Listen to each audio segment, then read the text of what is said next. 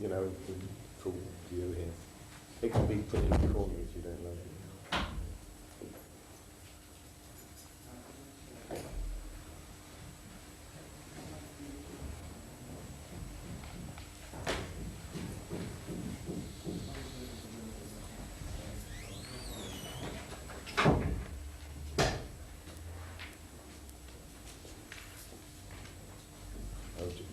John Walker's not coming in?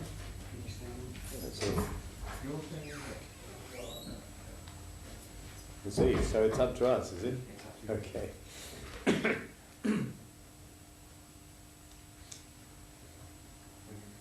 Shall I just start? Hello everybody, it's very nice of you to come and listen to me talking a bit about the nature and the history of cybernetics, and I believe that none of you know what it is, and that's good because we can start from scratch. I, as you may know, however, have been mixed up with cybernetics from the word go, so I have a huge number of recollections, reminiscences, and so on, and probably a huge number of gaps as well that I don't know anything about. So you may wonder why I appear here with no notes and diagrams or anything. But if you think about it, I mean, this is a matter of fact rather a good cybernetic point, as you may come to appreciate later. I don't know how to do that, how to come with notes and give you a formal presentation, because if I once got into that mode, I would find I was writing a 2-3 volume history of the subject, and you know, I don't want to do that. I'm not the least bit interested in doing that. So I have to rely on extempore, on memory, and I've deliberately not thought much about it. I try to put myself in a frame of mind where you few guys have come together and say, hey, Stafford, what the hell is all this about? What is cybernetics? And as I came here at the weekend from Canada, some friends gave me a birthday party, and one of the presents I received was this, and I thought it was very apropos. You can't see it. And it says, when your memory goes, you can forget it. Well, this is how I'm standing here, sitting here. So we'll hope that the right memories come. And very relevant to that, the first story I want to tell you is about the only person I've ever had that I could have called a mentor. His name was Warren McCulloch. He was one of the founders of cybernetics, and I was very devoted to him. A most extraordinary man, a physician, a psychiatrist, a poet, a blacksmith. He was all manner of things. He retired as professor of psychiatry from Illinois one Friday night, took his gold watch, and everybody said, strange, because this guy's a living dynamo, why is he retiring? And he opened up shop on the Monday morning in MIT as professor of electronics. So this is the kind of man we're dealing with. And I tell you all this straight away because it's always been an ideal of mine to be interdisciplinary. And cybernetics is outstandingly an interdisciplinary subject. And I think people will tell younger people of your age that it's impossible to know more than accounting or whatever it is you happen to be doing, and you better shut up on everything else. And I want to tell you that this is awful and wicked. You've got all sorts of neurons in your skull you never even used yet, and if you want to know something, go and find out about it. And then if you can start putting various things together that normally exist in compartments, then you will become a holist. And that's what I personally set out to become. And then I stumbled, as you will hear, on cybernetics, and I found that I'd got a science of holism to hand. And that's the first thing to say about cybernetics. Now, I was telling you about Warren. He was a very, very famous man, and I was very privileged to know him. And at the time I'm talking about, I was Director of Management Science in the steel industry. And the date is second half of the 50s. And I used to go and see Warren in the States, and he would stay at my house in Sheffield when he was in England. And I used to bore my immediate management team. I had 5 managers in my group by telling them all these stories about what Warren had said about this, that, and the other, and they got very bored with this. And they said, I don't believe this. One of them said, I don't believe this fellow exists. Why don't you produce him? You see? So I said to Warren, look, will you come and have lunch in my management dining room, you see? So he did. And after the coffee cups had been cleared away and we got to know each other a bit, I said, well, Warren, say something to us, start a discussion going. He said, well, there were 2 monks called Friar Bungay and Friar Bacon who built a brass head. Now, I don't know if you people know about brass heads, do you? In the Middle Ages, people used to build brass heads with a view to using alchemical methods, getting them to speak. And so it was a popular pastime, apparently. I mean, it's historically true. So Warren's story concerned these 2 monks who built a brass head, and it didn't say anything, and they're getting tired. So they asked their apprentice, and said, we are going to sleep. If this head says anything, wake us up instantly. So nothing happened, but in the morning they came in and the head had exploded. And they said, what the hell happened?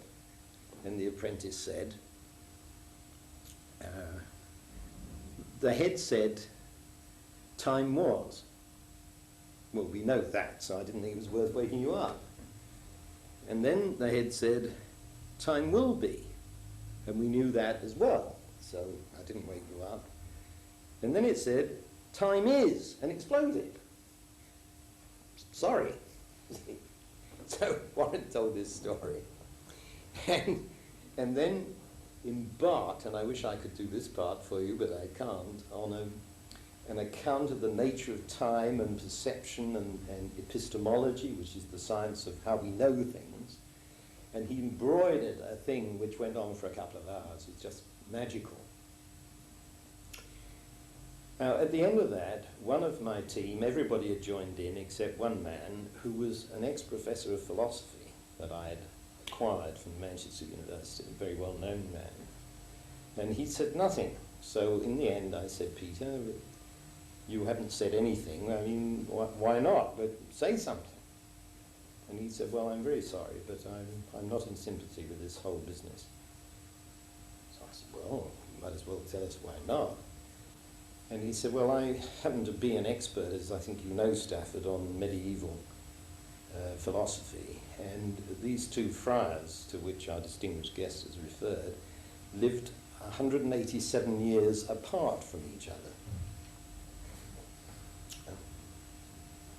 Now, what are you to make of that? I ask you to think about it, you see, because here we had this beautiful disquisition introduced by this story about the head, and here's this guy absolutely resisting because he has caught the man out in a fallacy.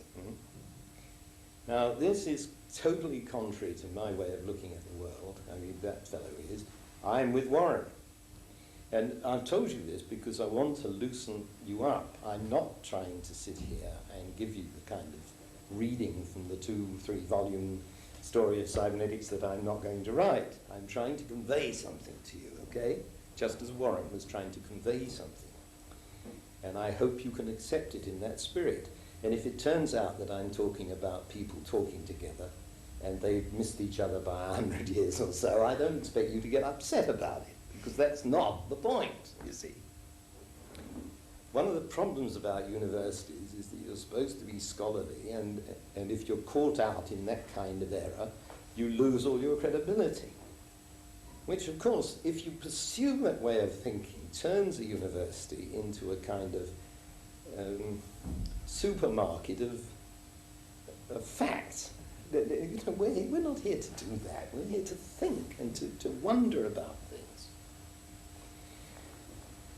So, with that explanation, I want to take you to the actual birthplace of cybernetics, because the the subject has a name, and of course it's always existed like everything else. I suppose there was biology before anybody called it biology.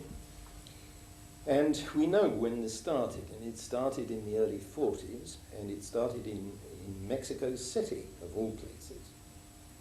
And the reason for that was that a lot of the world's greatest scientists were working on wartime projects. Note the date, see, early 40s. And they were sort of evacuated to a neutral country, to Mexico City, to work in peace.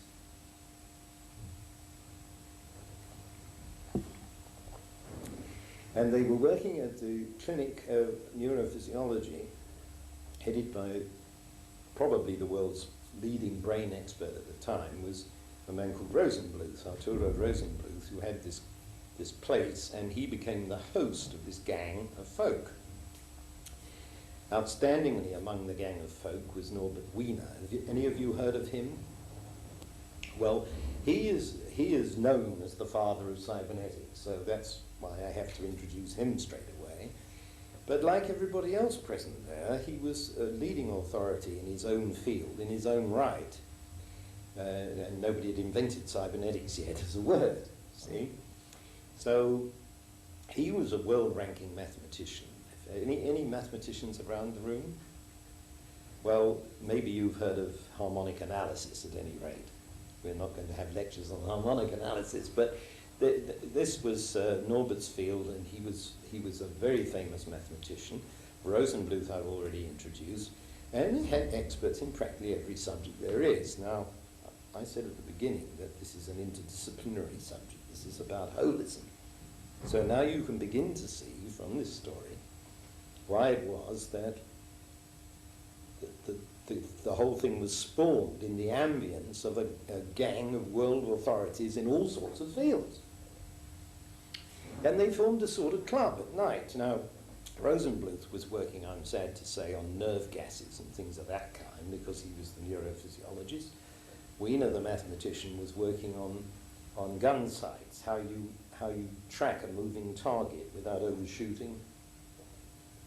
Obviously, if you're going to shoot an aeroplane, you have to fire in front of it, which means you have to be able to, this is pre-computers as we know them, you have to be able to compute where the aircraft is going before you pull the switch. And all these things were going on. So I was saying they formed a club to meet at night. None of them had their spouses with them. They had distinguished visitors who used to come and stay to see how everybody was getting on. And among them, notably, all these people became my friends. I was a very lucky young fellow, I can tell you.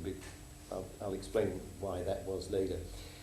A woman who became a very close friend of mine, Margaret Mead, and I'm sure you've heard of her, the anthropologist. Sex life and so on, of the native peoples. So all these people were coming and going. Ross Ashby, distinguished British psychiatrist, used to go there. So all these people meeting and talking. So they said, well, what should we talk about? Because they realized, you know, it was a hell of a strange company, very distinguished company. What should they do? So somebody said, look, and this bears on what I began with about universities. We have divided up the world into compartments, and this is called physics, and this is called chemistry, and so on. How do we know that God knows the difference between physics and chemistry, just because the university says so?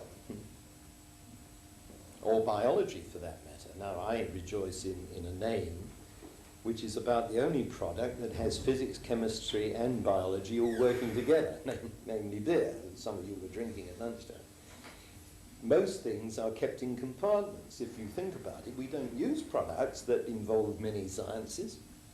That's strange, but the reason is obvious, because they belong in faculties, and the faculties do things in universities, and it gets projected through professional societies, research institutes, government grants and whatnot, and you end up with the product being in a compartment.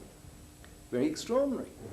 So they were sort of aware of this, and they said, can we think of a subject which has perhaps got lost because it never had a label? And they came up with the topic of control. Now, let's have just please help me with this. Suppose you were the world's leading astrophysicist. What would control mean to you? Someone tell me.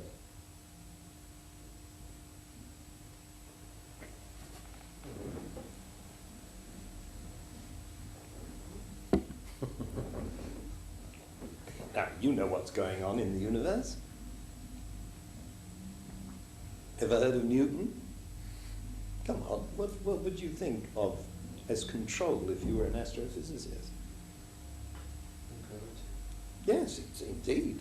Gravity, the equations of motion, the elliptical orbits of the planets, all this stuff would be your notion of control. And you would see the sources of control as being the laws of motion, law of gravity, all those things, Newton's second law and all of that, and if you were sophisticated you would soup it up with a bit of relativity and quantum mechanics, and this would be your notion of control. But if you were Rosenbluth and the world's leading expert on the brain, come on, what do you think control is now? I mean, you get up, why don't you fall down? That's control. So something's going on in your central nervous system which causes you to be in control, as we say, unless you're bananas, but most of us, most of the time, are in control. So what I'm trying to say is, you pick any subject, you're going to have a totally different, mind you, conception of what we mean by being in control. And they thought that this was pretty damned interesting, and they decided to talk about control from each person's standpoint, and they took a night each. That's how it started, to say, well, what I think about control because I'm an astrophysicist, and what I think because I'm a neurophysiologist. What would a politician say about control? What does an economist say about control? Are you getting the feel of what I'm trying to say here? That everybody's concept is quite different, and yet we have a concept of being in control, which means something like, well, everything isn't absolutely going crazy. You know, it's coherent in some sense in all these fields. So the question arises, you see, whether there are some principles that are around here somewhere by which things remain in control or are regulated or whatever. Because you don't have to think long about this before you realize that the word control, which I think conjures up pictures of people pulling levers and switching switches and controlling, and if you go into the political field you tend to think of fascists with guns and you do that or you're shot kind of stuff. But you don't have to think about it long to realize that the notion of control as exhibited in that way is really quite trivial compared with what happens in nature, with the seasons succeeding each other, with preys and predators bearing on each other. All of these are regulatory things. I mean, why aren't we up to hearing caterpillars, you know? A cabbage aphis weighs how much? I don't know. A little tiny bit of a gram. Now, someone calculated, you take one cabbage aphis, these guys are parthenogenetic, they don't have to have two to breed, which must be a very boring life for a cabbage aphis. If you took a single cabbage aphis at the start of the season with unlimited supplies of cabbage, there would be about 3 billion tons of aphides by the end of the season. Now, so why aren't we up to hearing aphides, caterpillars or anything else? You know the answer. Some guy comes along and eats these fellas. Now, if you had to design a system, some of you are into the business of managerial design and so on, if you had to design a system which had that amount of freedom of propagation, and you were told to invent a control system It seems to me either you would not succeed and we would be up to here in Aphides, or you would succeed all too well and you'd make the poor little devils extinct. The idea that you could keep them at just the level you need to fill an ecological niche is daunting, isn't it? So you see, once you start thinking about this, you say, hey, just a minute, this is a very, very extraordinary topic. So that's what these guys started to do. And they began by giving themselves each a night to say, well, in anthropology, control means this to me. And you can see what that is. In anthropology, it's all about the balance of tribes and of foodstuffs and wealth, however defined.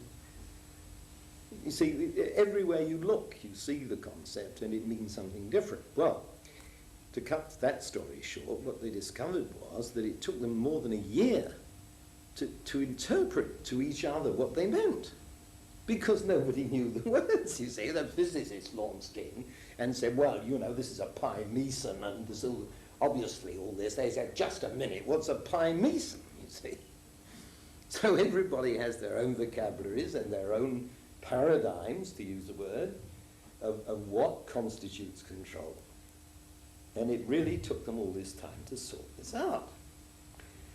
And gradually they came to the belief that they had stumbled on a new science, that there were principles of control which seemed to apply everywhere.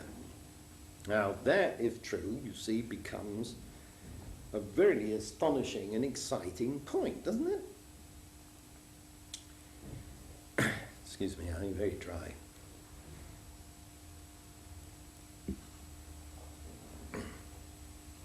Now, I want to tell you a story about what happened in the middle of this process, which I believe, and I warn you in advance, should give you a shiver down the spine, a frisson. So if it doesn't, go home. I don't want to bore you any longer, so there's a threat. Here is Norbert Wiener, the mathematician, and this story is true. I heard it from all the people who were there separately. So I've got really veridical statements on my plate here. Norbert's sitting there reading in the common room in this establishment in Mexico. And a little guy comes in and says, got a minute, Norbert? Yeah, I have, and this is an electronic engineer talking, and he said, I have come up with an idea about how to make blind people read with their ears. Oh, charming, that sounds good. Now, after all, Braille, very expensive. You have to translate everything and then teach people to read Braille. If you could read with your ears, obviously that would cut out a lot of processing, wouldn't it? So I'm all ears, says we know. God, he couldn't have said that. I'm sorry. Norbert. He said, tell me. So this chap then drew, and I've got this diagram somewhere, but it doesn't, again, it doesn't have to be accurate, excuse me.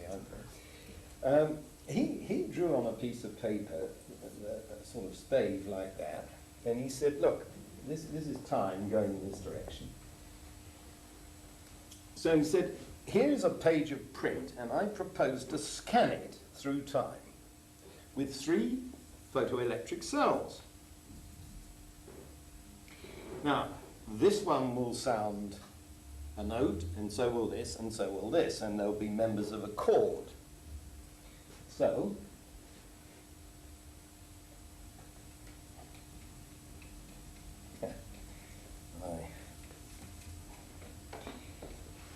if we've got an eye in the print, this thing will intercept, this P cell will not be triggered. These two will be triggered, and it'll go boing, these 2 notes. If we get a T, it'll trigger all 3 notes. Sorry, an L will trigger all 3 notes. A T will trigger all 3 notes, and this one will be sustained. So you got boing. So gradually, you could train the ear, he says, to understand what this means in terms of words. And after all, if you think about it, a word like the, T-H-E, would have a complex little gestalt, wouldn't it? It would be a pattern with the boom, ding, boom, thunk, and that you'd say, oh, that's the. So, fair enough. Now, how would you build this machine? So he's starting to look at this. So he says, well, we need these photoelectric cells, and we need an array of them which are differentiated in time, this being time. So we've got these things happening like that, and returning. So we've got to build a special purpose computer. Don't forget there weren't any computers. This is thinking of, as an electronic engineer, about a machine you could build. So we've got this kind of array, and then obviously there's got to be a connection between this and this, and that and that. And so you get a scribbled diagram that he was talking about to Wiener, and it looked something like that. As I say, I've seen it, and I could send it to you if you really wanted it. But that's good enough. That's the sort of diagram. It wasn't an electrical circuit, you notice. It was a schematic. A schematic diagram explaining how he thought this machine might work. And Wiener encouraged him, and they agreed it was an idea worth pursuing, and the electronics man went to bed, took his whiskey and left. So Wiener resumed his book. In came Rosenbluth, whom I already told you was the director of this institute and the world's leading authority on the brain, neurophysiologist. Went to look for a magazine on the table, found this lying there, and he said, you ready for this? He said, Norbert, who has been trying to draw a diagram of the fourth visual layer of the cortex? Do you get it? And I've told this story a million times. It still gives me a shiver. Because, wow, what's going on? Now, Wiener was thoroughly excited about this, and he called a meeting of the club the next night, and he explained that this had happened. And he said, well, I'm a mathematician, and after all, how could we quantify this diagram? Supposing the visual cortex does work like this, how can we quantify it? So he said, I wonder if at this level you've got inputs coming up through synapses and so on in the nervous system. Does anybody by any chance know the rate at which these pulses are going to arrive in this network? So somebody says, well, yes, of course, my students have done 17 PhD theses on this, and I can tell you it's this rate. So gradually, Wiener was able, standing at the blackboard, to quantify this diagram. And then he took another board and he said, okay, this thing is going to have a scanning rhythm. Because if you move a thing across a page of print, then it's going to establish a rhythm with which all these sounds are produced, obviously. I forgot to say, by the way, that I should have said this, that the reason for all these interconnections is that, I'm so sorry, I missed this story out to this extent, that if you've got a page of print, if it's specially produced, then you can align your photocells with this size of type. But if it isn't, the machine has got to have a built-in ability to move its photocells to align with the size of type. Otherwise, you'd have to print every book specially, and you might as well print it in Braille. You know? So this is why all this interconnection, because of trying to perceive where you are with a text. So I'm going back to all of that, where Wiener is quantifying this and saying, well, any such machine, whether it's a thing invented here, or whether it's a brain, would develop a scanning rhythm, and I propose to calculate what this rhythm is. Now, so this is going to be cycles a second. Any guesses? How many cycles a second did he compute? Answer, 10. What's 10 cycles a second? Anybody know? It's the alpha rhythm of the brain, the resting state of the brain. So another frisson? Anybody? I mean, not only have we got this idea now, but we've quantified it, and by golly, it works, you see. Now, this kind of thing was what set everybody alight, and everybody saying, my God, we're onto something, and there is a subject here, there is a connection. Are you clear with me so far? So they said, well, what is it? It's a science of control of some kind. But after all, let's remember that we've already said that control is a very trivial idea, to think that control means beating people over the head or pulling levers. It's much more subtle than that. So what is this a science of, if we don't want to use the word control? Oh, this is hard work here. Golly. Sorry, it has to be done. I'm on overtime. I think this cloth ought to be wetter. If someone's listening with a wet cloth, please bring it in. Golly. So, the reason I wanted that cleared was, did anybody know Greek? You must know something here. You deny knowing mathematics. Does anybody see this word?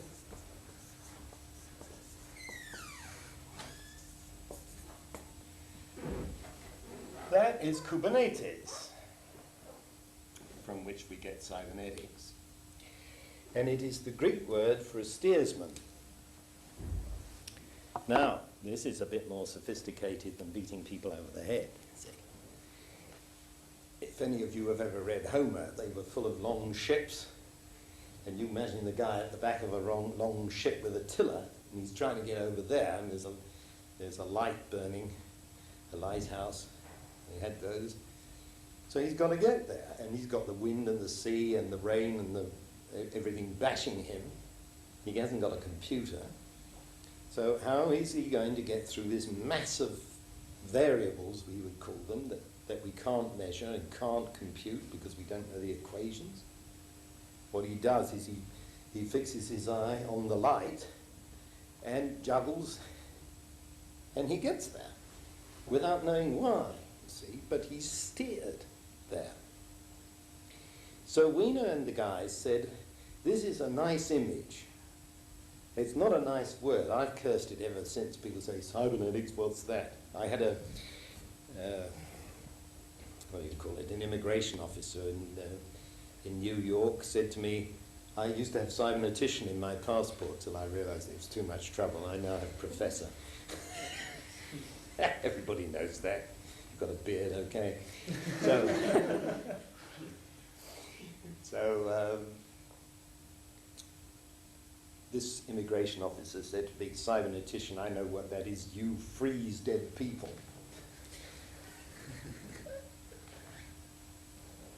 Have you heard of cryogenics? So, confusion.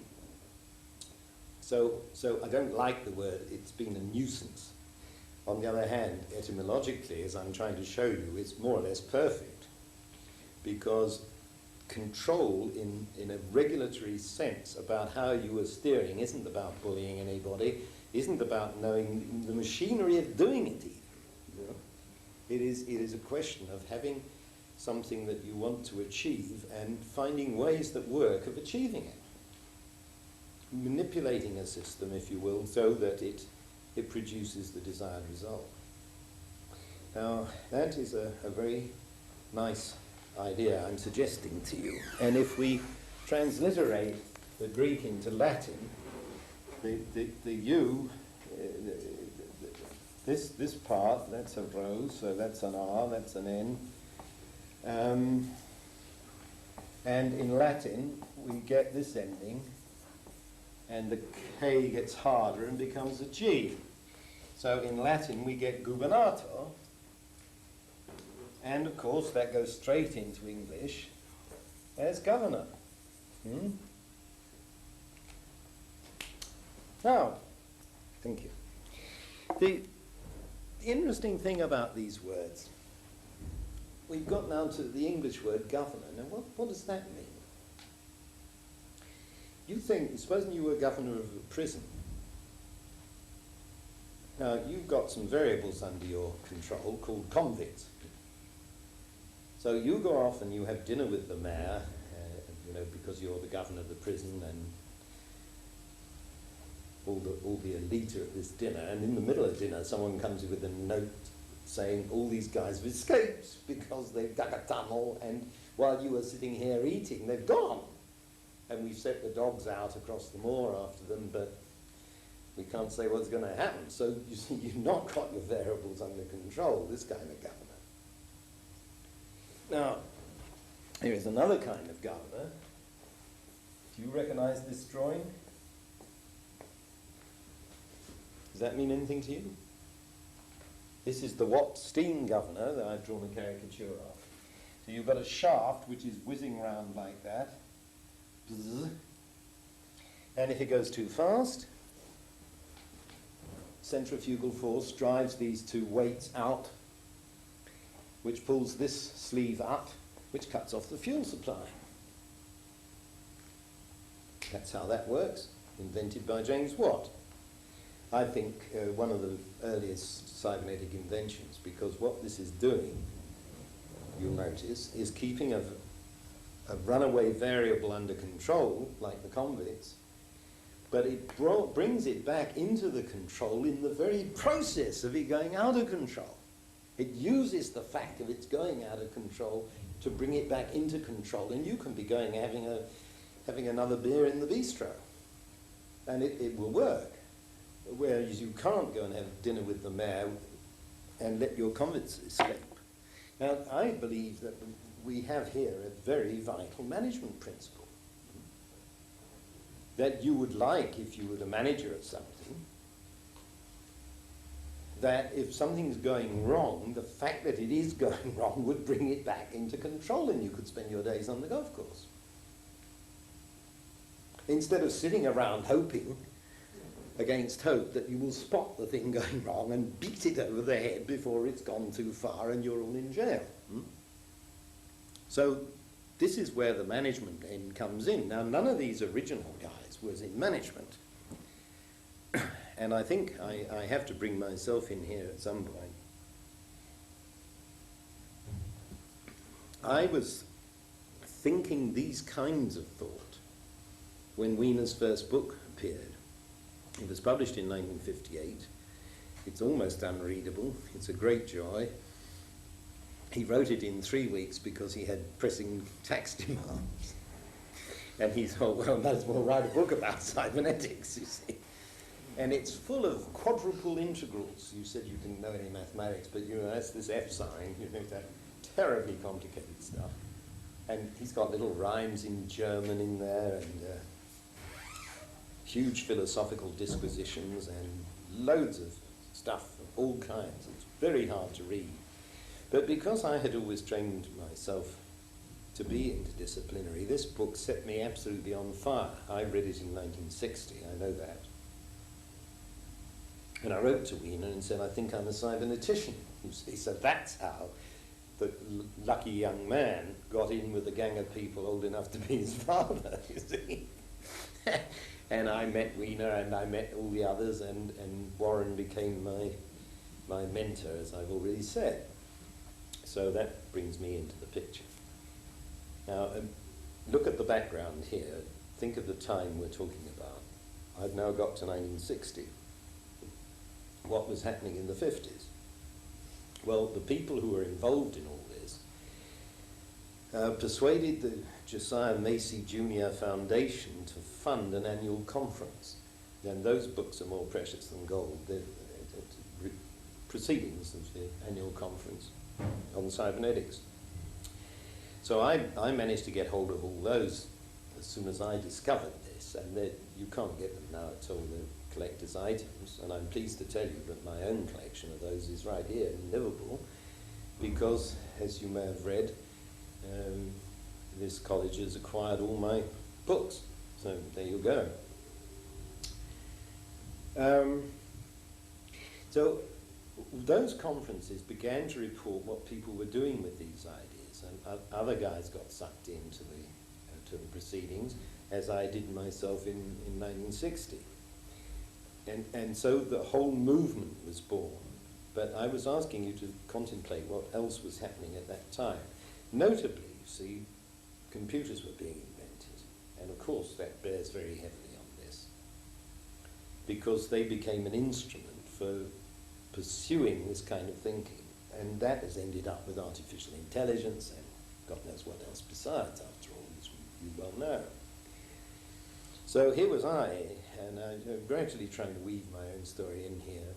Here was I in the 50s, not knowing about Wiener and the word cybernetics, messing about with the original computers. We had the first stored memory computer that ever worked. Where was it? Manchester University. That's right. See, all Americans think it was in America, and it wasn't. so there. It was Manchester, you're quite right. And there's a plaque on the wall to commemorate it.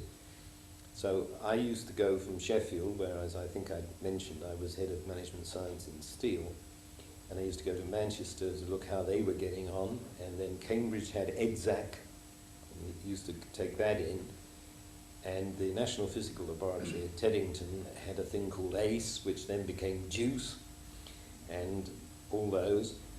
And at that time, it wasn't at all clear whether the digital or analog versions of computing was going to triumph.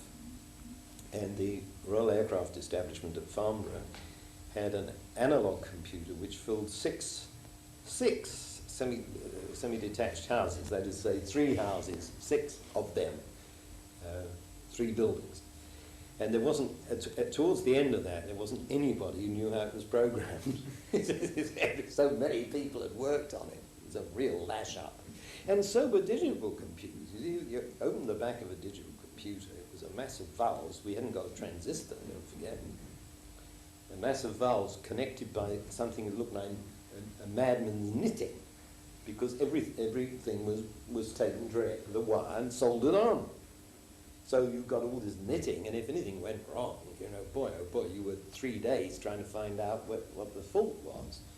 And since if you've got an assembly of several thousand valves, cold tubes, whatever you call them these days, one blows about every 3 seconds. You see, whoa, it was hell in there, I tell you. So I used to go on this round of these computers and wonder about how to advance, because I was putting in automated systems in the steelworks of a very, very primitive kind. As I said, we had no transistors. The first bunch of transistors I got my hands on, I tried to solder together into something, and the heat of the soldering iron, as soon as it approached one of those 3 prongs, the thing blew. Didn't like the heat. So it was very obscure whether the transistor would ever work, and just think what's happened in computers since. So this is an aspect of cybernetics, and a lot of people think that cybernetics is about computing. Well, it's obvious to you, if I'm sure by now, that if you're going to talk about control and regulation, then manifestly you're going to have to talk about computing, simulation, all these kinds of things. And if we'd never had computers, we'd have had to do it some other way. But we have got computers, and we've gone down that route. But equally obviously, from what I've said so far even, I'm sure you can see that to mistake the tools of the trade, namely computers and theories of management information systems, all of that, to mistake that for cybernetics itself is absurd. It's like mistaking the kitchen for the dish you eat at the end. The culinary insight is not in the utensils. So, this is how the whole thing began to burgeon. Now, I started in the States. I want to switch to England. Well, I just did with the computing area. But as far as cybernetics itself went, I've talked a bit about Wiener, and I now want to talk a bit about Ashby, because Ross Ashby, who was head of an asylum, of all things, in Bristol, I'm just trying to remember the name of it. It won't come. Never mind. He was a psychiatrist, a man who thought very deeply about the brain, and who formulated a set of theories about how the brain actually works. And he wrote a book called Design for a Brain, which looks at very fundamental mechanisms that must be satisfied if the brain is going to work. And outstandingly, the notion is homeostasis. Now, I don't know if you know that word. I expect you've heard the word, but what sort of insight do you have into the notion of homeostasis? Well, homeostasis is that natural system of control, if you will, which keeps variables within physiological limits. The most obvious example is your own temperature. 98.4 and all that jazz. No surgeon has found a thermometer, a feedback system, a relay inside you set for 98.4, and yet here you are, and you can go on to a melting shop stage with steel melting at 1450 degrees, and then straight out of there into a butcher's freezer, and somehow your temperature adjusts. Now, there is a very cybernetic truth. How does it work? So homeostasis is how it works, and Ashby was the man who penetrated that mechanism. So Design for a Brain became very important. So I extended my tours of computers to include Bristol. You see, it started making friends with Ashby. Now, I don't know what's up with Bristol. Some of you come from Bristol, but the air must be good. Because also in Bristol we had Grey Walter, who was the head of the Burden Neurophysiological Institute in Bristol, who was a world authority on electroencephalography, the EEG, the brain rhythms and all that. So he had theories about how the brain worked. And he started building machines that illustrated these principles. Now, I'm going to get bogged down if I'm not careful, because Ashby invented a homeostat which was made of magnets and coloured lights to study the principles of homeostasis. And Gray invented a tortoise to examine how other physiological principles worked. And down the road in the university, there was a psychologist called Frank George, who was also trying a behavioural approach to how behaviour is governed. And his department was full of monkeys, this kind of psychological approach. And Frank replaced the monkeys with electronics and fell foul of his professor, who was a monkey expert psychologist. So you have all these trends going on, and high excitement and a lot of tension and drama and so forth. So gradually this thing came together, and I haven't yet given you Wiener's definition of cybernetics, but against all his background, I hope you'll appreciate it better. When he wrote this book, 1958, as I told you, he defined cybernetics like this. He said it is the science of control and communication in the animal and the machine. Now, nobody understood that, and I don't suppose you do either. Although I've told you enough, if you went away with a wet towel around your head and thought about it, you may get some real insights from that definition. But let me help you with it. Take the first part, control and communication. Now, why communication? Well, it's become very, very clear in these early days, during all this talk and building of machines and so forth, that regulatory being in control is absolutely dependent on the communication and the flow of information, that means, by which the thing is supposed to be controlled. never more true than in the central nervous system, quite obviously, that nothing happens unless pulses are flowing through the nerves. And it's the same in a machine as well. And so ho-ho, control and communication becomes a central concept to cybernetics, and that's what Wiener was drawing attention to with his definition. As to in the animal and the machine, now we're really talking dangerous stuff here, because if you think about the university and the way knowledge has been organized, it has made a tremendous division between animate and inanimate, has it not? You know, physics and chemistry over here, the physical sciences, and over here the biological sciences, and latterly the social sciences. And there's a huge divide here, and you're not supposed to be able to cross it at all. Whereas what the cyberneticians were discovering was that there are indeed principles of control, and I've already mentioned homeostasis. I shall mention several more as we proceed. There are principles of control which apply whether you're talking about brains or computers, or for that matter economies, or political systems, or anything else. So what these things have in common is that you've got a very large probabilistic system which is whizzing around and somehow is achieving the in-control notion because of the way it's all internally organized, and not because somebody has come along with a hammer or a machine gun or a set of levers. Now, if you just apply that thought just even for a second to what is going on in economics these days, with economists all at each other's throat about how you control the economy, you know? And you can begin to see that they can't even begin on it because they've got simplistic theories which are like hammers and levers.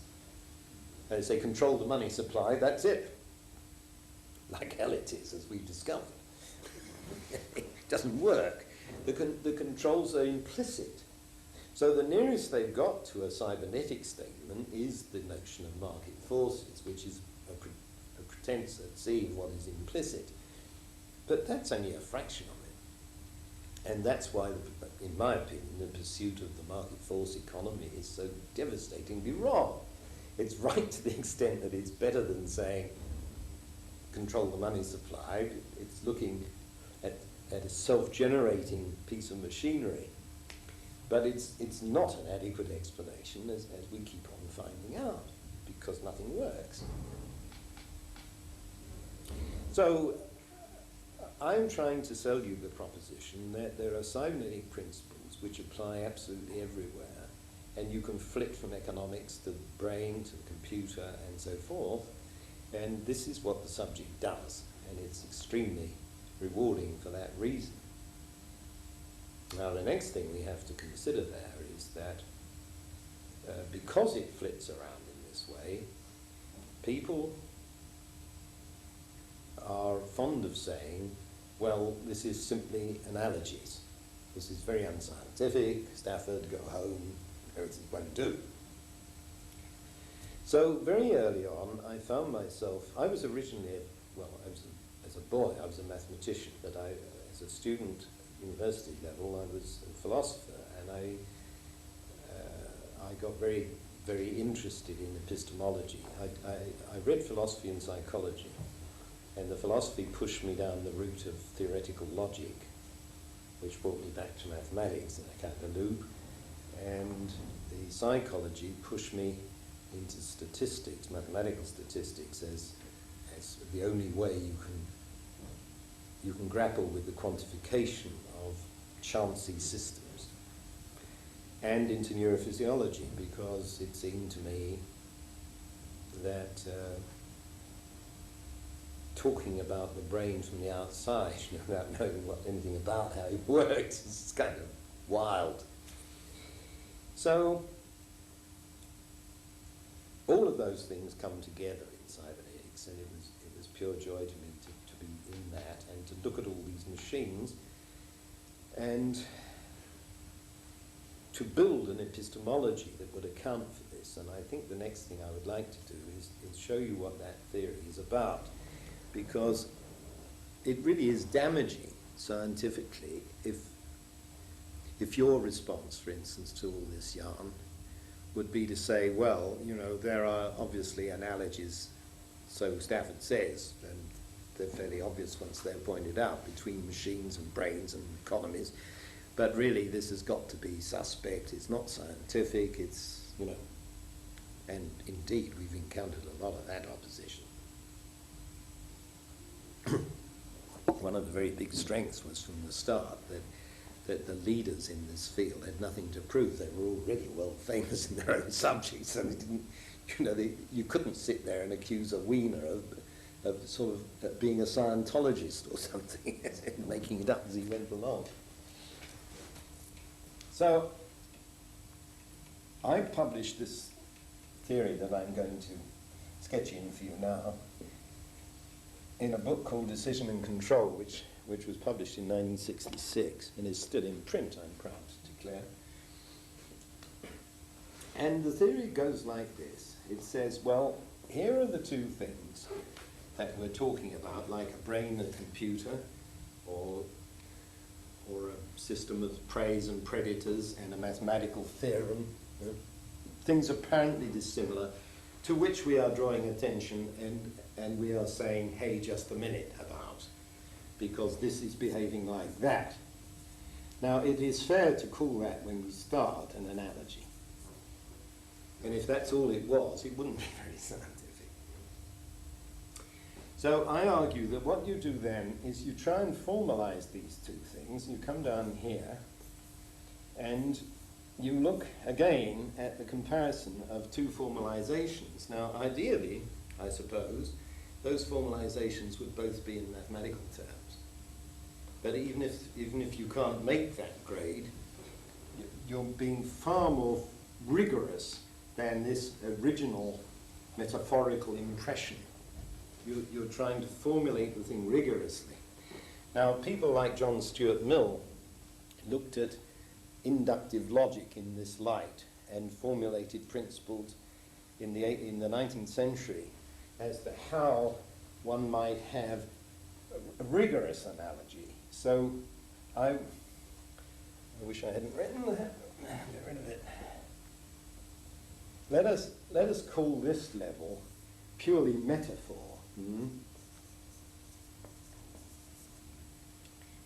With you, my love is like a red, red rose kind of stuff. You see, now I prove it. So this becomes formal analogy at the point where you can make this rigorous, and Mill's methods and so on are relevant. If you come down still further, let's say now that we have got sets of mathematical equations and we are looking at the relationship between them, then this is a homomorph. Again, I'm sorry, you've said you don't want mathematical terms, but that is the word for a mapping of one thing onto another which isn't exact, but which is nonetheless telling us something. For example, if I have a model of a building, and you say, oh, I know what that is St. Paul's Cathedral or Tower Bridge or something, you wouldn't confuse them, although it's only a model. And if you come along, I've cast you in the role of carping critic, and say, hey, this hasn't got the right number of bricks in, you say, I come off it, you know, that's not relevant. So these two things are homomorphic. The actual St. Paul's Cathedral and the model are what are known in mathematics quite graphically, I think quite easily understood, as many one mappings. So you've got lots of bricks being represented by one brick.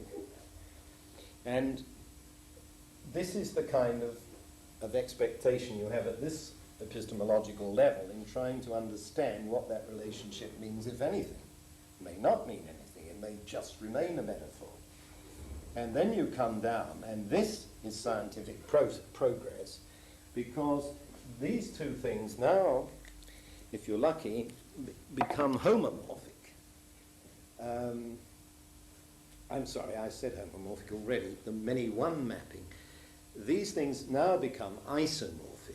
Iso, as you know, with isobars and all that stuff in meteorology. Iso means the same. So that mapping is identical. Now, surely you might agree that if you start with a metaphor and can press down to the point where the same equation works in both things, then you've got the scientific principle on your hands. Now, the most obvious example of this in cybernetics was the thing that they first stumbled on in Mexico City. And it is the principle of feedback, and especially the principle of error-controlled negative feedback. Now, you've all heard the term feedback, and mostly it's terribly abused. People say, give me some feedback on my lecture, by which that means, was it all right? Well, this is a terrible loss of meaning, because a feedback takes the output of the system and compares it with something, such as what we would like the system to be producing, and feeds back an error signal on which the machine can operate. Now, this science is particular to servo mechanics. So if we were looking at this as servo engineers, we would say, well, we've got this process going on like this. To take the simplest case, this is the output of the system. We've got something going in, and this is coming out. And we are measuring it, and it's fluctuating, okay?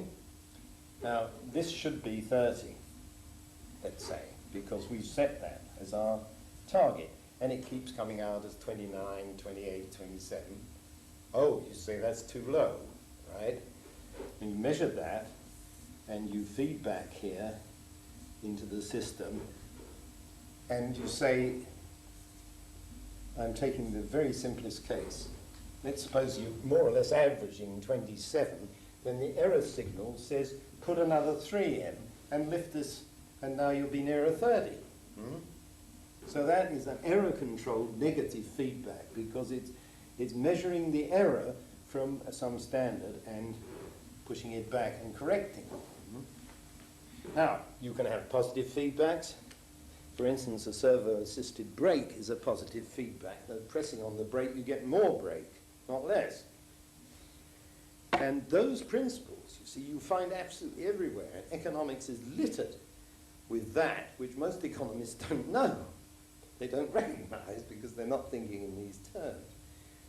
So obviously, once you think about it, isn't it obvious that things happen in the economy which tend to reinforce or tend to check? So various people have tried to rewrite economics in cybernetic terms, and of course the economists don't like that happening to them, and there's uproar. But that's what cybernetics is about. So let's talk a little more about this feedback principle, because I want to show you how enormously relevant it can be, and we're in a management school here, so I want to make it clear. If you just took the signal and kept feeding it back as simply as I have explained there, what do you think would happen? This goes down to 29, you say put a 1 in it. It then goes to 31, you say take 1 off. What do you think is going to happen?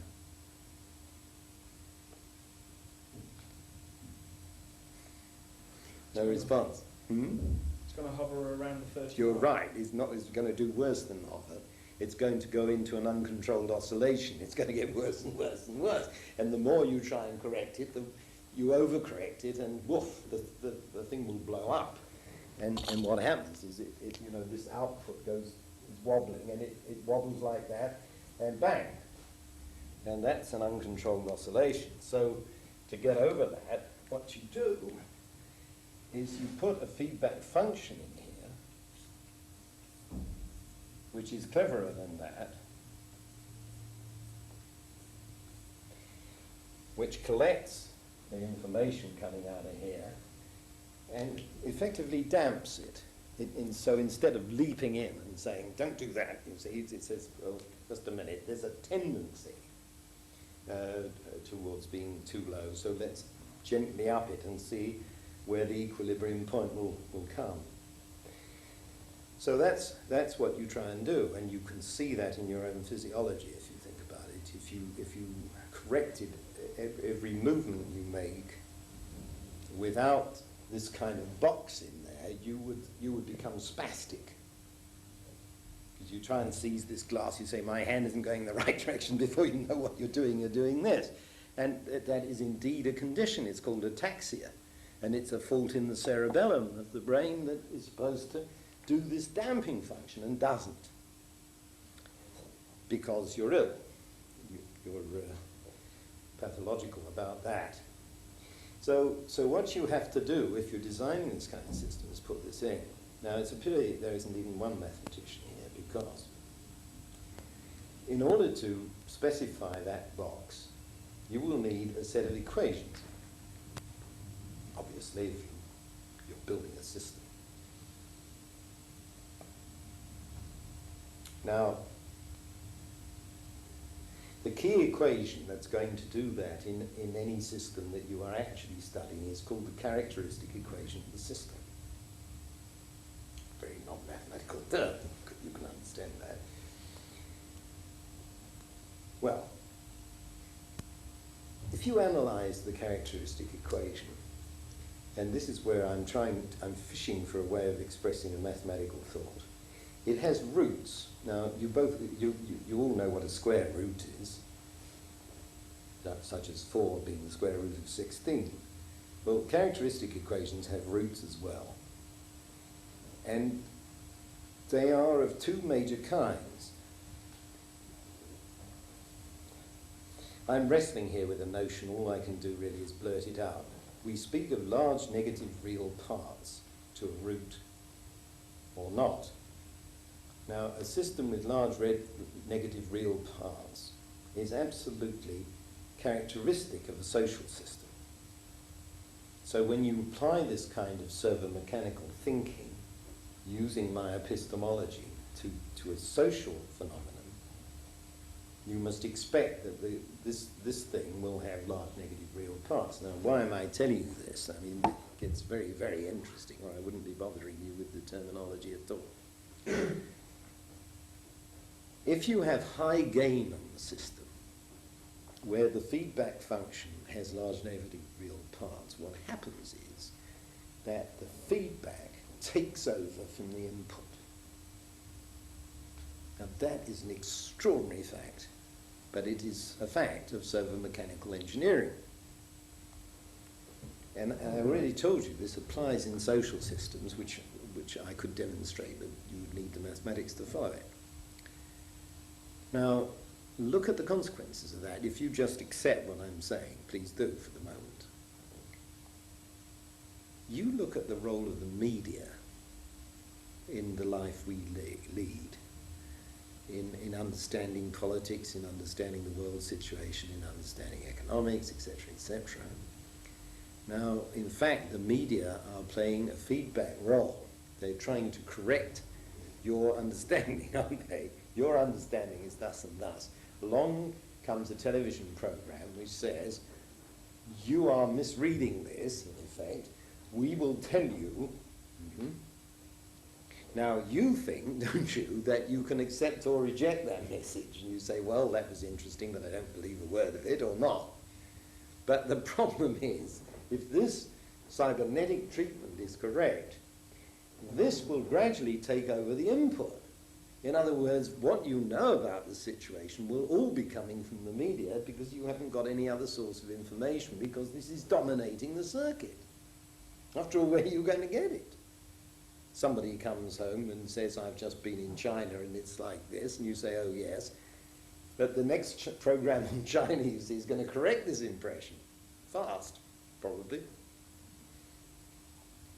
Now, I have a paper which I think, if you're interested in this bit of what I'm saying, I think you might well enjoy, called The Will of the People, which I'm sure can be made available to you here, which tries to analyze what happens in a democracy to the will of the people, which gets destroyed by all manner of stuff, which this is a major mechanism, There are many others. So this is my cybernetic address to the problem of how society regulates itself or fails to. And I believe that our societies are in a catastrophic situation right now. Everybody, I say everybody, a lot of people are crowing about the collapse of Soviet communism and not noticing that our own society is following closely behind. We've got a third of our people in Britain and in the States and in Canada, just an interesting figure. I mean, why do we get these same figures? Because they're a function of a system. We've got a third of the people below the poverty line. Well, that's not very clever,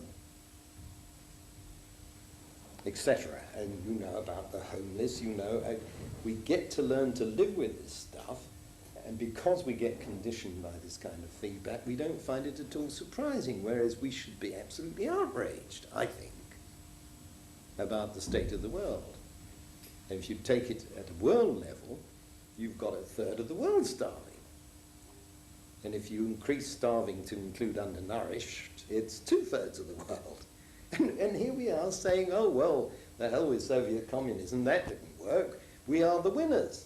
But we couldn't manage a fish and chip shop. That's how it seems to me. Now, the cybernetics of all this is what I've spent my life examining. And those of you who wanted me to tell you over lunch what it was all about, I've got there now, more or less. Hours later, I hope you can get some feeling for what is involved in this and the high excitement of an approach which is multidisciplinary, which has to accept that if there is evidence from biology, then you've got to transform yourself into a biologist and understand it. And if you need mathematics to do it, you have to learn some mathematics, and so on and so forth. And this is, I assure you, not an impossible task, because you're not going to set yourself up as God Almighty. You're not going to say, I know everything. That's ridiculous. But you can learn what is common to all the disciplines about this topic of regulation, and in particular self-regulation, because we want to design our systems so that they regulate themselves. This is known as autonomy, isn't it? Now, most people believe in autonomy as a political objective, and then it turns out you can't do it. After all, Mrs. Thatcher was always talking about autonomy, and meanwhile grabbing all the power into London and capping rates and doing all the things that stop autonomy from working. It's just a total failure to understand the cybernetics of the situation, assuming there's honesty behind it. If there is, it's a failure to understand the cybernetics.